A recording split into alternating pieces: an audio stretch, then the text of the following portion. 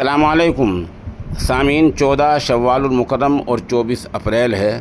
خبر کا عنوان ہے مولانا محمد قمر الہ آبادی کا انتقال، انا للہ و انا الیہ راجعون۔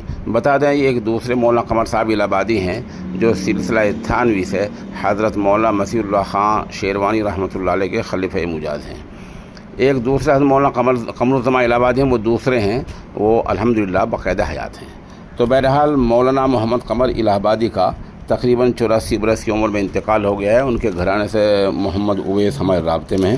وہ بتا رہے ہیں کہ ان کی تدفین رات گزرنے کے بعد کل صبح 10 بجے ہوگی، ایسی اطلاع انہوں نے مجھے دی ہے۔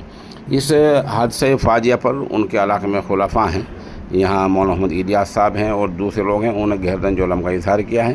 بتا دیں حضرت والا یہاں مغرب اتر پردیش کے ضلع شاملی قصبہ کیرانے میں بالا تشریف لائے ہیں اور ان کے مواعظ حسنہ سے لوگوں نے استفادہ کیا ہے۔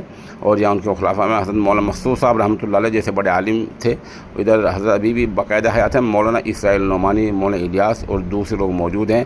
یہاں علاقے میں کئی ان کے خلفاء ہیں۔ اب سامعین سے مرحوم کی مغفرت اور پسماندگان کے لیے صبر جمیل کی دعا کی درخواست کی جاتی ہے۔